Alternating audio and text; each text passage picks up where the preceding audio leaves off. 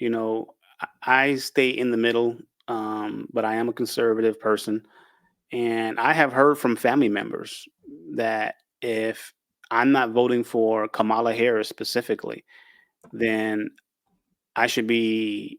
I need to get in line with black women, is what I was told. If I had that Hmm. inclination, Oh and I was Lord. also told that my mother and my grandparents would be ashamed of me if I voted any other way but Democrat. And I'm like, man, that's a real stretch. And I keep coming back to that as a man of color, a black man. Is this the kind of pressure that we want to put on people? Do we want to shame them and say, all facts are irrelevant? Your research is irrelevant. You're concerned that, hey, maybe the emperor doesn't have any clothes on. None of that matters. You need to just get in line like a lemming and do what everybody else is doing. And I just don't have the mindset for that. I'm gonna scrutinize what Donald Trump is doing. I think he's a blowhard. I think he's a megalomaniac, and I think he's got some serious character flaw issues. With Kamala Harris, I think that she has some issues too, and her policies really make me concerned a lot. So I'm like, can we have at least a no conversation about it? You just need to Mm. vote blue, no matter who. Blue, no matter who. Yeah, and like I said, man, that's Can I ask a question? yeah. I just want to ask a question real quick. Sure. Puncho, kind of what you were saying. You're saying your parents would shame you if you vote for Kamala. Going back to that video where Obama was saying she went through HBCU. She knows, she's been through the struggles we've been through. She's been through this. She's been a strong black woman. She's been standing behind, you guys when you need her most. My question is, with all that, why did she not marry a black man?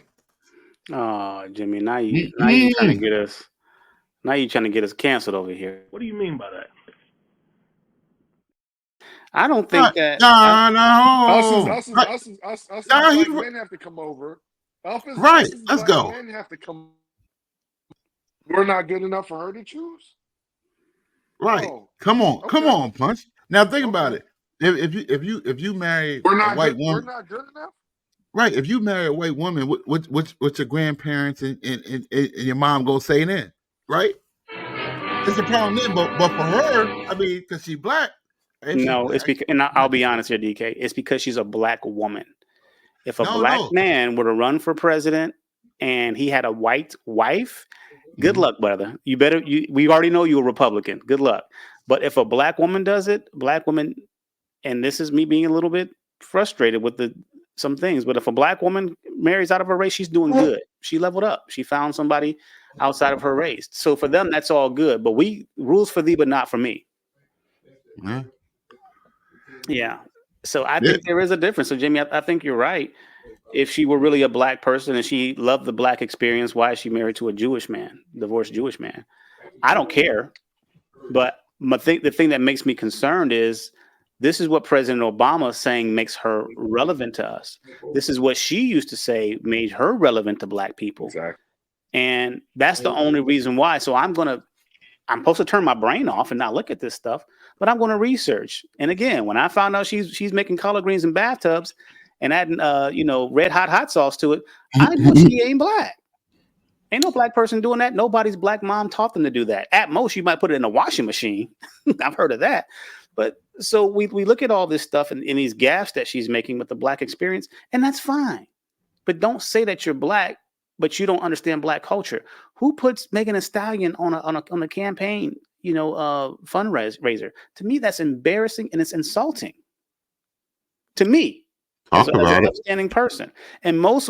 I'm not going to say all, but most black Americans were insulted by that too, even a lot of Democrats. So that's something you do when you see black culture as a caricature, So that's one of my biggest issues with her is the chameleon. I wouldn't say she's a counterfeit. A counterfeit is something that's made like that. They don't even know that they're fake.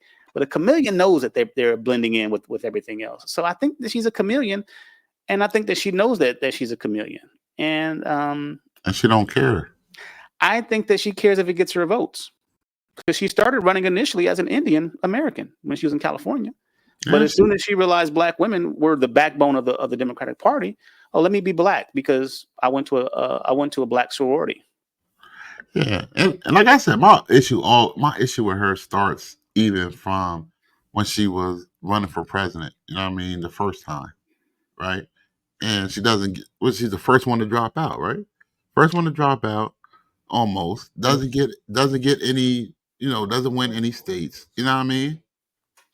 Just nobody wanted her. You know what I mean? The Democratic Party didn't want her as president. It was more to it than that.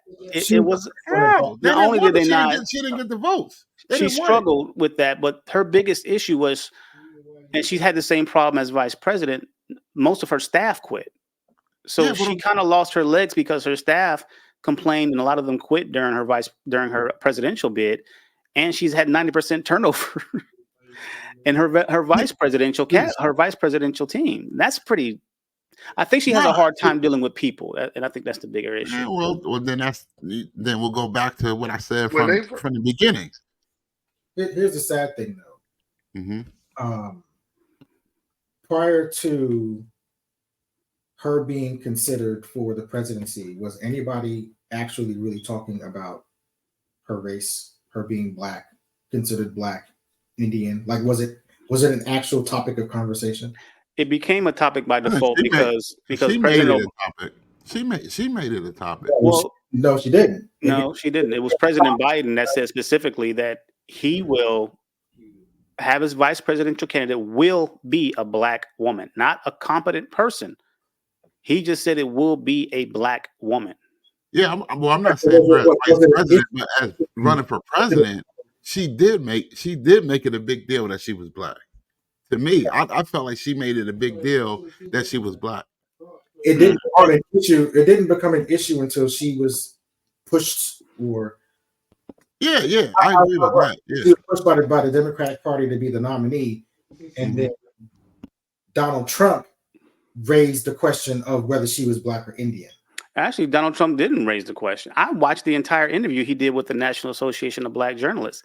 The black journalist female asked him, Do you think Kamala Harris is black? And he said that, well, she became black. Donald Trump did not initiate. And see, I don't want to defend Trump, but this is the truth when you start actually researching this stuff. I watched the interview, and the journalist said, do you think she's black? And he said, well, it seems like she became black because she was an Indian first. But, and I'm not kidding you, I watched it all. That was a pretty hot interview. You know, they kind of got under his skin. I watched the pundits later on that day.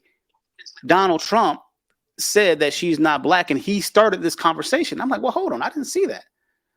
But we know that's not the first, nor will it be the last time that the press has a hard time with facts and being fair. I mean, even with the ABC moderators during the debate, it come to find out there was a whistleblower that said that they gave Kamala Harris some of the questions, and they promised to not fact check her. What is going on? Now, I'm not a Trump fan, but I'm a fan of democracy. The vast majority of people on this panel, we fought for democracy. We fought for freedom in this country. And, and one of the main pillars, hold on, I'm on my, no. I've already bookmarked this topic, DK. No, all of us, I'm just saying all of us have fought for this country. That's all of us on this panel have fought for this country. And one of the major estates of the United States government is the press. And we've had 2 debates in a row where the press has acknowledged and admitted that they have put their fingers on the balance of democracy towards one candidate. What is going on here? Why is it when I watch the actual interview, and not just the one with the National Association of Black Journalists, any interview, it's a totally different story when the press gets it. And I think that because we have different sources of media, which are dangerous, as an analyst, I know they're dangerous, but you kind of gotta sift through the garbage a little bit to find a couple of gold nuggets. And we shouldn't have to do that as Americans. We should be able to have media that's unbiased and gives us the information without coloring it. But that's exactly what's happening. So I'm really concerned about that. And am I the only one? I'm gonna pass it to you guys. Have you found lies in the media, or have they been playing it down the middle for you all? For me, you got it, Corey. Yeah, there's you've got your right wing media and you've got your left wing media. I believe down the middle is not even in America. It's like Al Jazeera or something like that. Well, Well, they're biased, but you got well, NPR, you got the Christian Science Monitor, you got News. I think Newsmax, maybe News nah, something. Newsmax is Not Newsmax, but Newsmax is definitely it's right. another one. But nonetheless, there are a few, down the middle. But it all started after 9/11 with Bill O'Reilly, where Fox News realized, wow, if a person has an opinion with the news, they can make a lot of money. And then CNN was like, this is crazy. We can't do that. But then all of a sudden they're hiring Anderson Coopers and they're hiring Don Lemons and